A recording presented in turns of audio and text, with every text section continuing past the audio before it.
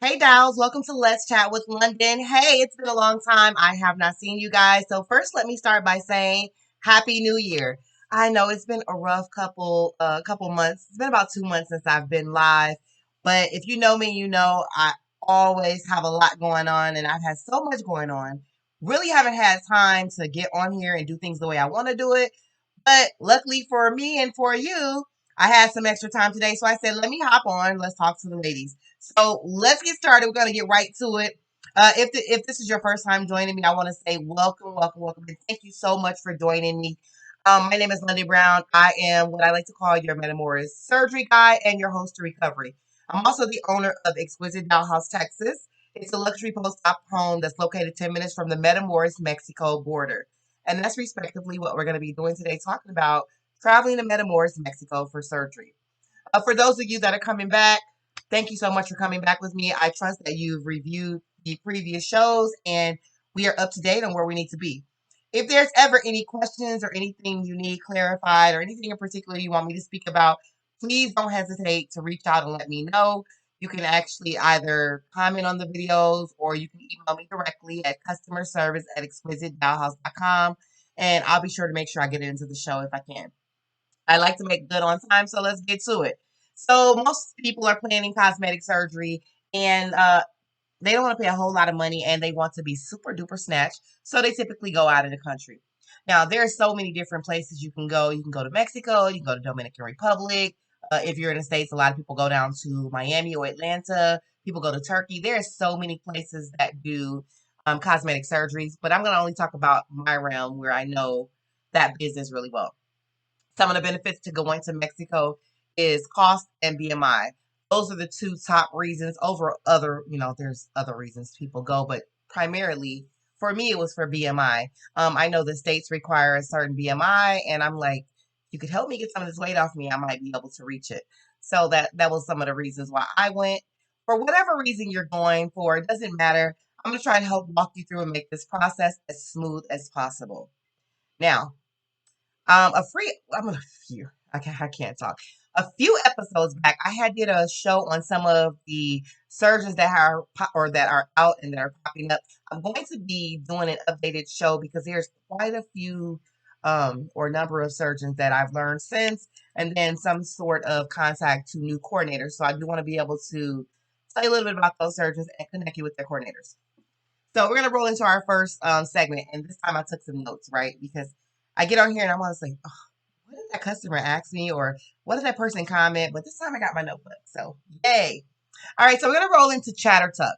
Now, Chatter Tuck is anything about chatter, gossip, any type of happenings that's in the groups or surrounding surgeons, recovery homes, coordinators, etc. So anything that's anything, primarily gossip. Um, so let's start out by we are rolling into our busy season. So it's getting really busy. It's tax time. People have the extra money. They want to use their money to do something life changing and something for themselves. So they're going to get surgery. With that being said, if you're planning on having surgery, you want to make sure you get booked, get your date set in. Sorry, that's my phone. Get your date in ahead of time because those dates are going to run out quick, not just for with the surgeons, but also with the recovery homes, the hotels, the Airbnbs, anything that's around there. So book your surgery sooner than later. To book your surgery, you just need a deposit. You don't need the whole amount.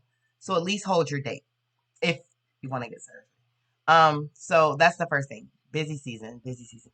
It's great for me. It's good for business, but not so good for all the time for the clients because they can't get in where they want to. So don't wait till the last minute. Hot seat. The good news is there has not been a surgeon on the hot seat. It's been really quiet in the surgery world. So what that tells me is that things are going good, going strong, because when things get nuts, it's typically when something happens with a surgeon or during surgery. So that's a good thing. Some of the things I want to talk about that we see happening real quick is recovery homes. If you plan to stay in a recovery home, make sure you book your recovery home ahead of schedule. You want to make sure because of the facts, recovery homes typically book up 3 to 6 months ahead of schedule. The one thing you don't want to do is just find a recovery home at the last minute because you want to research.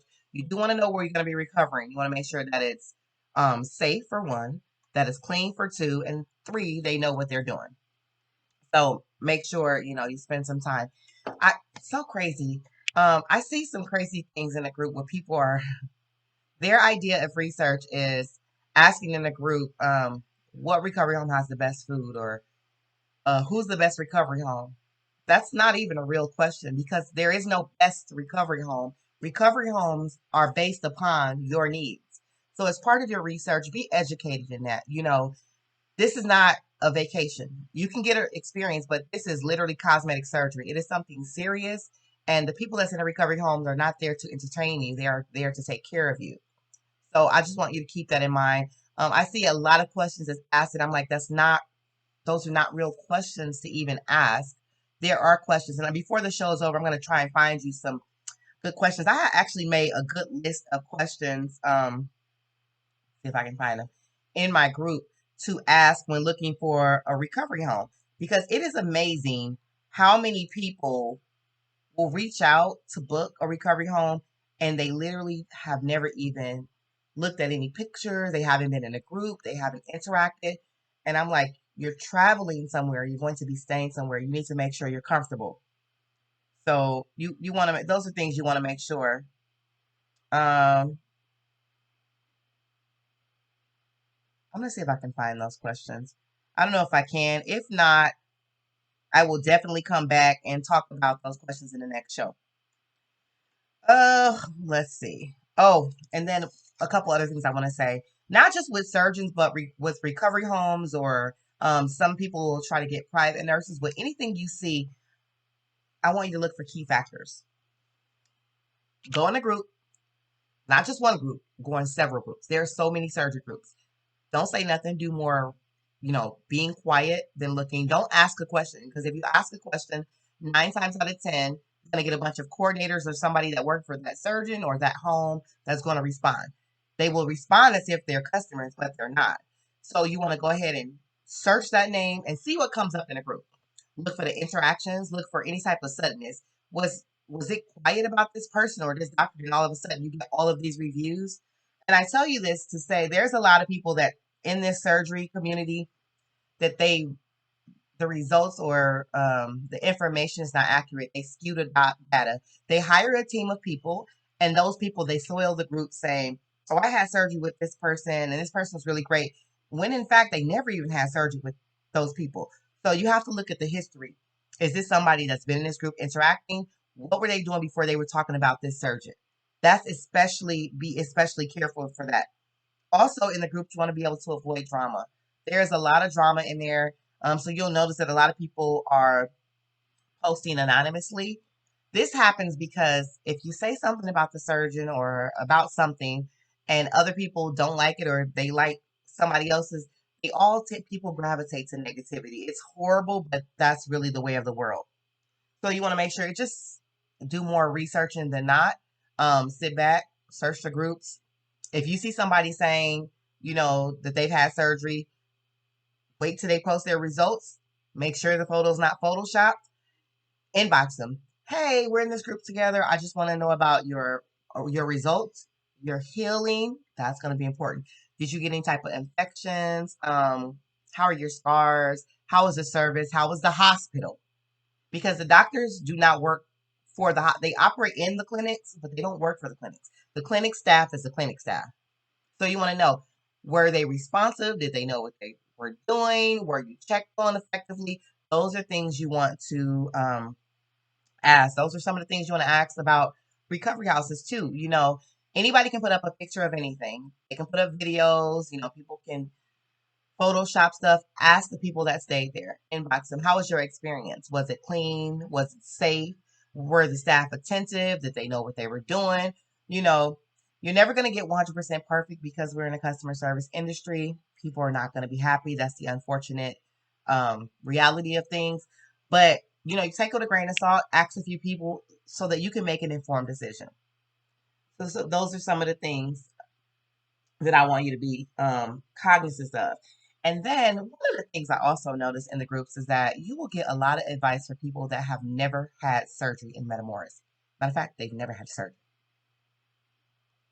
So, And it's this one person in particular, and I'm not going to throw any names, but I watch her giving advice or bashing doctors or saying this. She's never stepped foot in Matamoros, Mexico. She's never had any type of surgery, and she's in the group 24/7. Where you find that kind of time, I do not know. But obviously she has. So when you're taking advice from somebody, please make sure these people have actually had surgery with the surgeons that they're bashing. You will see there is a lot of hate groups, particularly with BBD or Body by Doctor, because they don't like Ashley or they don't like the doctors. And I'm not saying it's true or it's not true, but what I'm saying is before you participate or take part or hop on the train, look at everything surrounding it. Are these people that's actually dealt with this woman, dealt with this group, dealt with these surgeons, or is it somebody that just kind of hopped on the train, that's never even had surgery, never been in the groups, never had any interaction, things like that? You got to watch that there because people are just miserable. And I remember asking this lady before, have you ever had surgery? And I absolutely not. I would never go to Matamoros. But you're in all of the Matamoros surgery groups. I removed her from my group though because I don't like drama in my group. I don't want drama. It's not welcome there. So, just be cognizant when you're searching that you're not sucked into negativity because that's what it is. It's like a bad reality TV show, honestly. But there's some really great things that comes from surgery and from changing your life if you can err on the other side of it. All right, so let's go to the next one. I'm going to save this. Our next segment is wasted. Okay, so there's a lot of up and down about people saying, well, did you wear your faja? Well, when did you sit on your butt? Um, why are people always trying to get around? Let me give you some advice. If you're going to go spend your money for surgery and you don't want to follow the aftercare steps, keep your money in your pocket and stay what you look like. Because there's no reason why you should be that. You're going to get your results. You don't need to be in a hurry to show them. Don't have off your faja 5 weeks later. Wear your faja. That faja is your best friend. If you have a BBL, sit on your BBL pillow. I see so many people in the group going, well, did you sit on yours? Or did you sit on yours? Why are you worried about it? You're supposed to sit on your pillow. Sit on your pillow. Like, do you want your results? And understand that everybody's results is different. So just because somebody didn't sit on their pillow and their butt is perfect, it does not mean that's going to happen to you. Err on the side of caution and just follow the post-op instructions. That's what I always tell people. I say, why gamble with your money? I mean, if you got money to throw away, who am I to tell you what to do? But I don't have money to throw away. And part of the reason why my results are so good is because I follow the instructions. Part of the reason that I didn't have any issues with healing, it's because I followed the instruction. My surgeon, they gave me very detailed instructions on how to clean my wounds. I followed the instructions. I didn't say, well, I really don't want, or what if, no, I followed the instructions because I had invested into myself. So follow the instructions. Um, a lot of, there's a lot of people that are saying, oh, okay, well, I don't like the faja. Can I wear this or can I wear that? The faja is not meant for you to like. The faja is meant to work. It's a compression garment. There's a reason for it. You need to wear your faja, wear your foams, wear and have it for a minimum of 90 days, of 3 months, not less. I see so many people like, oh, I just had to come out my faja and go outside for the day. Like, girl, you can wait for that. If you want what you want and you vested, wait. I didn't even upload a picture for, I'm going to say, I recently just started uploading pictures. And I'm probably like a year from my last surgery. Now I'm getting ready to go back because I'm having a breast reduction lift and then I'm having the dog ears removed. But it'd be lots of time before I actually post photos because I know that what you see off the table is not what you're going to get. Now, granted, there are some people that come off the table looking like vixens, but I'm more of a full-size woman, and I have realistic expectations. And I think that's very important when you're going into surgery. You need to have realistic expectations. Surgery is not a magic pill. You're not going to have the surgery and voila, you're skinny. No, unless you're skinny going in. But surgery can be very effective for you if you do what you're supposed to do. You wear your faja, you get your massages, you wear your foams, you eat right. You're going to be bomb. I'm not lying to you. You're going to be bomb. Someday you'll have to join my group so you can see my before and after pictures, but completely different. Everybody looks at me and says, did you have a BBL? I'm like, no, I was born with this booty. but it's because everything around it was removed. So now you can see. But I follow my post-op instructions. So, wear your fajas, sit on your BBL pillows, do what you're supposed to do. It is no hurry. Eat right. Try to clean. And I'm not saying do something drastically. So that's one of the reasons with, just a side note, with my home, I have a structured menu that's based on a protein diet, a low carb, to help you get in the habit of eating right, right? A lot of people cannot clean eat. I can't tell you how many times they order pizza, they order subs, they're drinking sodas. I'm not their mother. I'm not going to babysit. I'll make a recommendation and then I'll move forward because you have to want it. Because when I'm not there looking over your shoulder, you have to be able to do it on your own. So you have to make a conscious decision that you want to change your lifestyle. So with that being said, let's roll to our next one, which is best augmentation. Just kind of talking about the questions or the feedback from the audience. Some of the questions I got was labs. I did talk about labs before. Your surgery coordinator will give you a list of labs that you need to have in order to get the surgery. My suggestion is that the first time you see your lab should be 60 days out. Because if there's anything wrong with, particularly your hemo or your blood pressure or your like A1C or anything like that, you have time to work on it, right? I suffer from low iron, so I always have to get my hemo checked ahead of time, and I know it's going to be low. So I go get SSS tonic, and then I'm taking that twice a day along with vitamin C. I'm working on my hemo because I know I'm trying to get work. So do that. So ask your surgery coordinator after you book, hey, what are a list of labs that I'm going to need? Make sure you're not pregnant. You're not planning on getting pregnant. If you know you're going to have surgery, use some protection. Okay. So you won't get pregnant. Because if something happens, you get pregnant and you try to get an abortion, you have to wait. To try to get surgery after having an abortion is life threatening and it can and probably will kill you. So, and I know you're like, oh, jeez. Yeah, I'm very direct about this because this is a very serious thing. It's a serious obligation. You know, a couple weeks before you're getting ready to have surgery, don't go to parties. Don't be around people. You don't want to get COVID. You have to have a COVID um, test within 3 days of your arrival. You don't want, and trust me, this happened to me before. Getting ready to go to leave and then find out I got COVID. And I don't even be out around. It was literally from being in the house with my husband. So, just try and isolate yourself. As far as labs, a lot of people are saying like, can I use my insurance? Most times the insurance will not cover all of the labs. There used to be this place called Jason's Health that would have labs in every area, but I don't think they contract with Jason's Health anymore because there was no Jason Health in a lot of different states. So, worst case scenario, I'm gonna say at the very max, maybe like 100, $150, $130 for your labs. Get your labs, look at your labs, know what you're working with. And then, if you can't get surgery then and there, you'll know to push your date out. Delayed is not denied. Trust me. I had all my surgeries. I have to break them up just to make sure. I'm sure I could probably get multiple, but the surgeon that I went with is the more careful surgeon. And you know what? For me, that works because I'd rather break it down and err on the side of caution than risk my life. I have a small child. Even if I didn't, like I still got stuff to do. Okay, I'm trying to be fine. I don't want to be dead. So that works for me. And then last but not least, let's roll into, or it's not even last, but almost last but not least, let's roll into our next segment, which is Info 360. This is just about the information regarding surgeons, surgery, traveling, anything else you can think of about the process. Everybody always says, what do I need a passport to travel to Mexico? You never need a passport to travel to Mexico by land. You only need a passport to travel to Mexico by plane. You can use your ID and your original birth certificate. And I don't know, it doesn't have to come from your mother. It has to come from the state, though. That's what I mean when I say original birth certificate. You would need that. Don't attempt to cross the. I cannot talk today. Don't attempt to cross the border with warrant or drugs. I'm going to tell you that right now. Don't bring your what are those little things? I want to say vapes, but they're not vapes. They're like fake joints or something. They charge up, whatever they are, with the little liquid. Don't bring it because when you come back in the States, if you get pulled over, you're going to go to jail.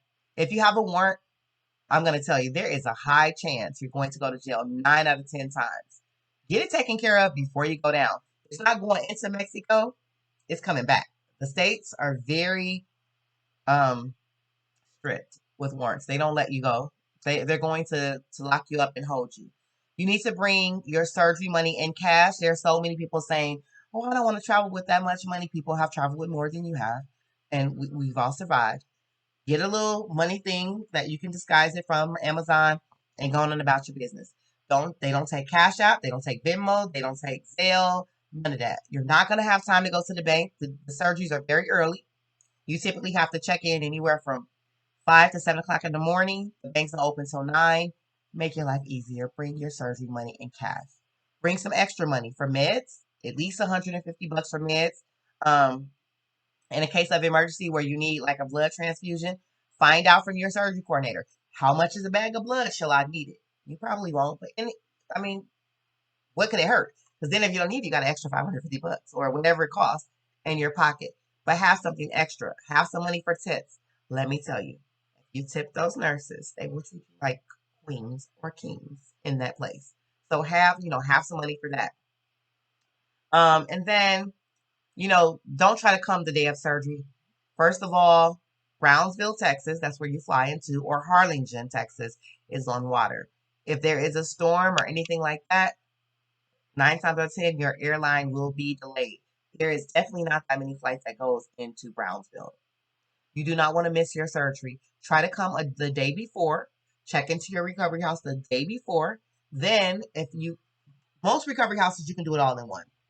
You can book your suite, your stay. You can book your transportation to the clinics, and you can book your transportation to the airport all through your recovery house. So, just don't try to be last minute. And then find out what your recovery house is going to come with and what you think you need. Okay. So you don't want to overpack. It is such a hassle to pack a lot of stuff after surgery. Make sure you reserve your wheelchair. Make sure you have your compression socks. You're like, what is compression socks? You will need those after surgery, traveling by car or by plane. You need those. They prevent blood clots. So there is I know I've given you a earful. We are so over our time, but I'm going to try and expand more on this in shows to come. Hopefully I can get more regular with this. But there is so much more that I want to give you. Anything you can think of that you don't know, that you have questions about, ask me. Ask me. I want you to have a smooth experience. I want you to be just as happy with your decision as I was. And that's the truth. And last but not least, just Brazilian business lift, or what we call our BBL, business promotions. Listen, if you're going out there, of course, I want you to come stay with me if you can. Understand we are not the right choice for everybody, but if for some reason we are your choice, come stay with us at Exquisite Dow House. We're very clean, very good energy recovery home. Our stays are 24-hour care. We take very, very good care of you. We are trained in post-op. We monitor your vitals. We know our signs of potential infections. We serve balanced meals, and we're just all around a great home. Thank you so much for joining me with Let's Chat. Hopefully, I will get back with you guys sooner. Again, don't hesitate. Let me know what you need. I want to make sure this content is good for you. And then hopefully, I'll get regular. Thank you again for joining me. And until next time, dolls and kins.